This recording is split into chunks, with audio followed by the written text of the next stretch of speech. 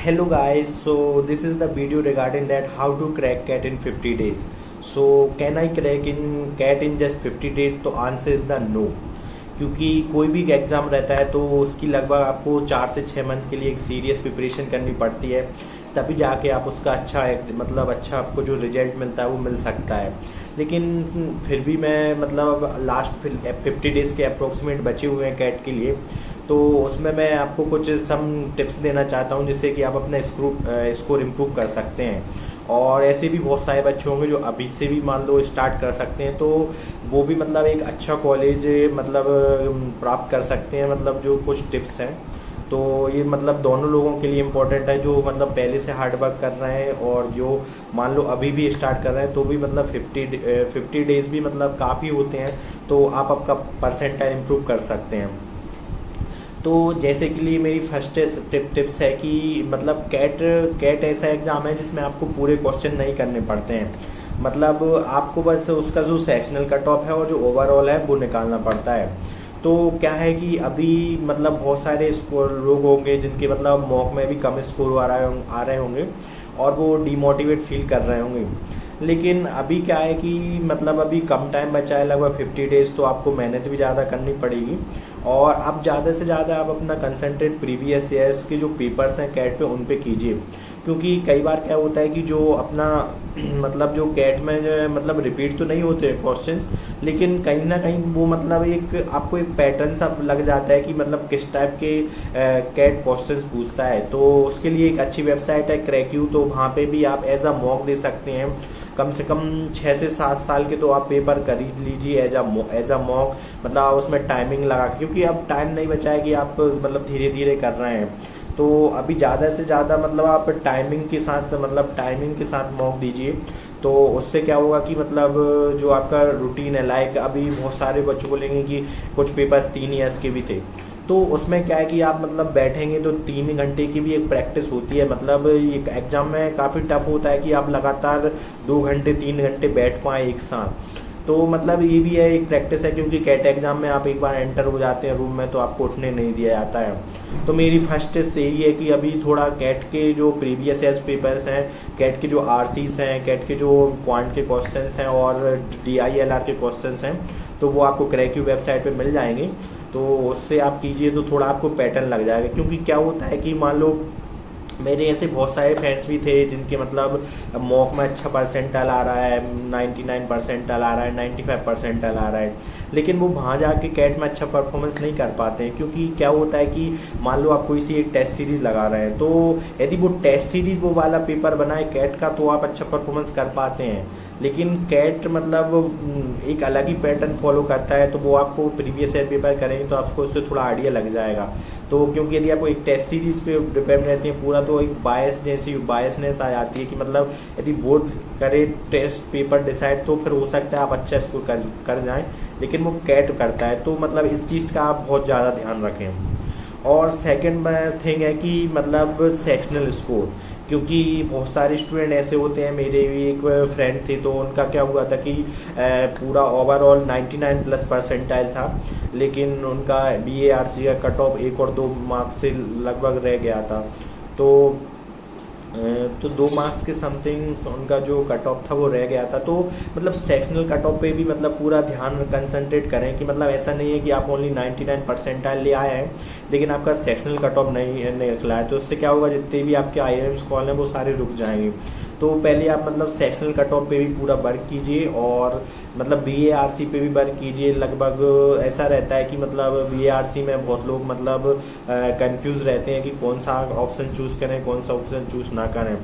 तो जो मेरी स्ट्रेटजी थी वो मैं बताना चाहता हूँ कि मैं पहले आरसीज रीड करता था और उसके बाद क्वेश्चंस, क्योंकि क्या रहता है कि आप आरसी रीड करते हैं तो आपको थोड़ा बेसिक्स आइडिया लग जाता है कि आरसी में चल क्या रहा है। आपको उसको थोड़ा थोड़ा ऊपर से स्किम कर लें। कई बार क्या रहता है कि जो आरसी रहता है ना, उसका जो फर्स्ट पैराग्राफ रहता है और जो सबसे लास्ट पैराग्राफ रहता है वो बहुत ही ज़्यादा इंपॉर्टेंट है। यदि आपने वो 2 पैराग्राफ सही से समझ लिए तो आपको पूरा आइडिया लग जाएगा चल क्या रहा है। क्योंकि कई बार ऐसे क्वेश्चंस भी रहते हैं कि आपको वापस जाने की जरूरत नहीं है आरसी पे, आप वहीं से कर सकते हैं। और DILR में भी क्या है, पूरा प्रैक्टिस का गेम है, क्योंकि कई बार क्या रहता है कि आपके मॉक्स में अच्छे आ रहे हैं, स्कोर आप सेट बन रहे हैं, लेकिन वो एग्जाम टाइम पे इतना प्रेशर रहता है कि कई बार आपसे सेट नहीं बनते हैं, और आपके मतलब जो सेट नहीं बनते हैं उसका पूरा इफेक्ट पॉइंट पे भी पड़ता है, तो आपका मतलब ओवरऑल पेपर बिगड़ जाता है। मतलब जो BARC है और जो DILR है, ये बहुत ही ज़्यादा मतलब हार्ड वर्क, मतलब इन पे आपको बहुत ज़्यादा हार्ड वर्क करने की ज़रूरत है। तो मतलब DILR में भी वेराइटी ऑफ द सेट्स करें, पहले तो आप प्रीवियस ईयर पेपर भी कर लें उस DILR के भी, तो उसमें आपको दिख जाएगा कि भाई कैसे क्या पैटर्न्स के मतलब उसमें जो सेट्स आते हैं कैट में किस टाइप्स के आते हैं, तो थोड़ा एक बेसिक्स आइडिया लग जाएगा। यदि आपने वो भी कर लिए तो हो सकता है कि उससे मिलता जुलता कोई कॉन्सेप्ट का आ जाए, मतलब रिपीट तो नहीं होता है कैट में, लेकिन फिर भी एक आइडिया लग जाएगा। तो अभी आप पे 2 मंथ तो नहीं बचे हैं पूरे, लेकिन फिर भी जितने डेज बचे हैं उसमें हार्ड वर्क कीजिए और प्रीवियस ईयर्स पे मतलब बहुत ज़्यादा फोकस कीजिए।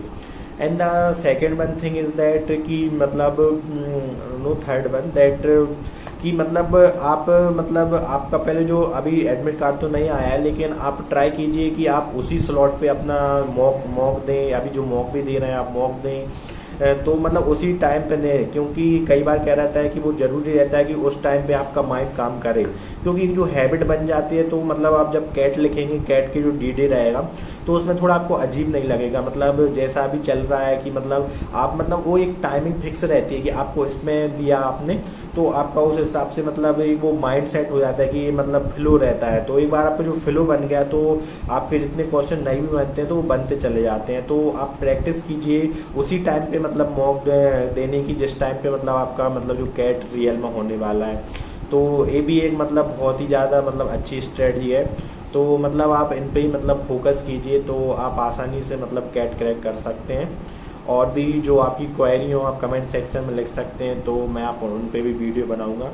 तो मतलब यही है, ऐसे क्वांट में भी बहुत सारे मतलब इंपॉर्टेंट चैप्टर हैं, मतलब क्वांट में भी आपको पूरे क्वेश्चन नहीं करने रहते हैं।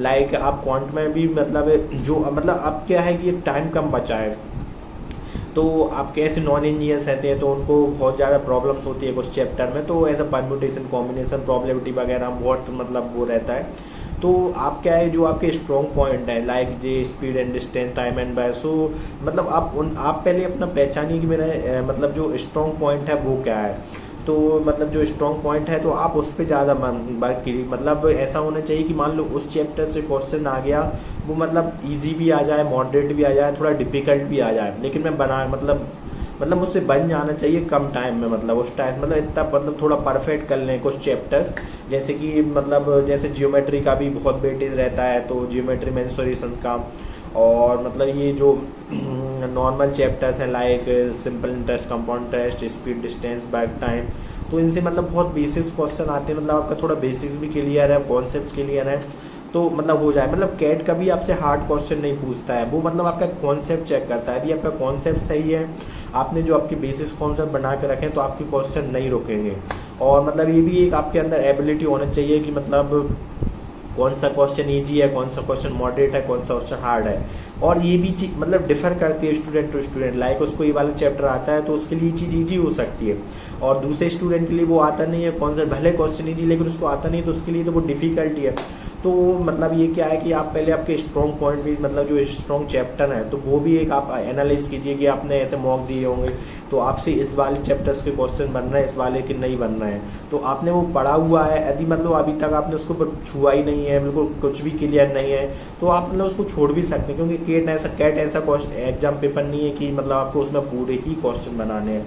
तो मतलब आपका जो स्ट्रॉन्ग पॉइंट है पहले आप उसको देखिए कि मेरा ये स्ट्रॉन्ग पॉइंट है, तो आप उस पर ज़्यादा वर्क कीजिए। और जो आपके वीक पॉइंट है मतलब वो भी आपको पता होना चाहिए, मेरा वीक पॉइंट है, मुझसे इससे क्वेश्चन नहीं बनते हैं, लेकिन आप ऐसा भी ना कीजिए कि आप पूरा छोड़ ही दें। मतलब कुछ टफ को चैप्टर छोड़ सकते हैं, लेकिन कई बार क्या रहता है कि ऐसे आपने वो चैप्टर छोड़ दिया, ऐसे लॉगरिथम हुआ, लॉगरिथम से एक बार 6 क्वेश्चन आ गए थे एक बार कैट पेपर में, 6 के समथिंग।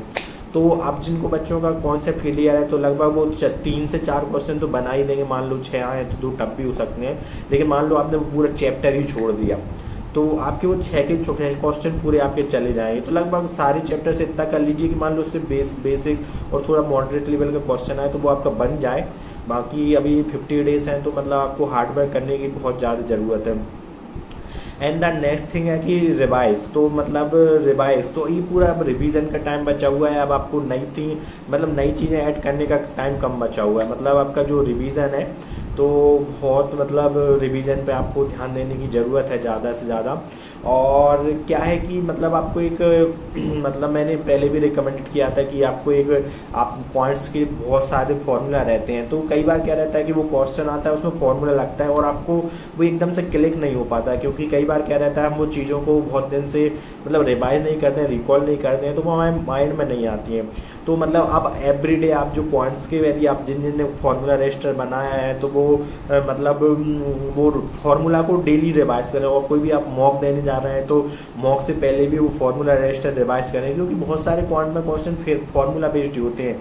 मान लो यदि आपको फॉर्मूला लग रहा है वो आपको उस टाइम पे मतलब क्लिक होने की भी वो टाइमिंग रहती है कि जैसे ही वो क्वेश्चन देखे और एग्जैक्ट टाइम पे वो फॉर्मूला क्लिक हो जाए। मतलब आप डेली रिकॉल कर रहे हैं एक चीज को तो वो डेफिनेटली होगा। आपने उनको हाईलाइट भी कर सकते हैं, यदि आपने उन्हें हाईलाइट किया होगा तो मतलब फॉर्मूला आपको मतलब जल्दी क्लिक हो जाएगा। और जिनने नहीं बनाया या जिन लेट हो गए तो वो कहीं गूगल वगैरह से सारे चैप्टर्स का एक PDF बना के देख सकते हैं, या मतलब रख लें कि मतलब फॉर्मूला है वो मतलब डेली बेसिस पे अब रिवाइज करें, चीज़ें जितनी भी हैं आपने डेली बेसिस पे रिवाइज करें। अब मतलब पूरा रिवीजन का टाइम बचा है और मतलब कोई डिमोटिवेट होने वाली बात नहीं है। मतलब इनका कैट में भी मतलब कम स्कोर आ रहा है, तो मतलब मॉक में जिनका भी कम स्कोर आ रहा है, तो मतलब उसके लिए भी मैं एक अलग से प्रॉपर वीडियो बनाऊंगा कि कैट मतलब मॉक कैसे क्या एनालिसिस करें अभी और क्या करें उसमें। तो thank you guys, if you like my video please like share subscribe. और कुछ आपको कमेंट्स हो, क्वेरी हो, मतलब आपको कुछ क्वेरी हो तो आप कमेंट में लिख सकते हैं। Thank you.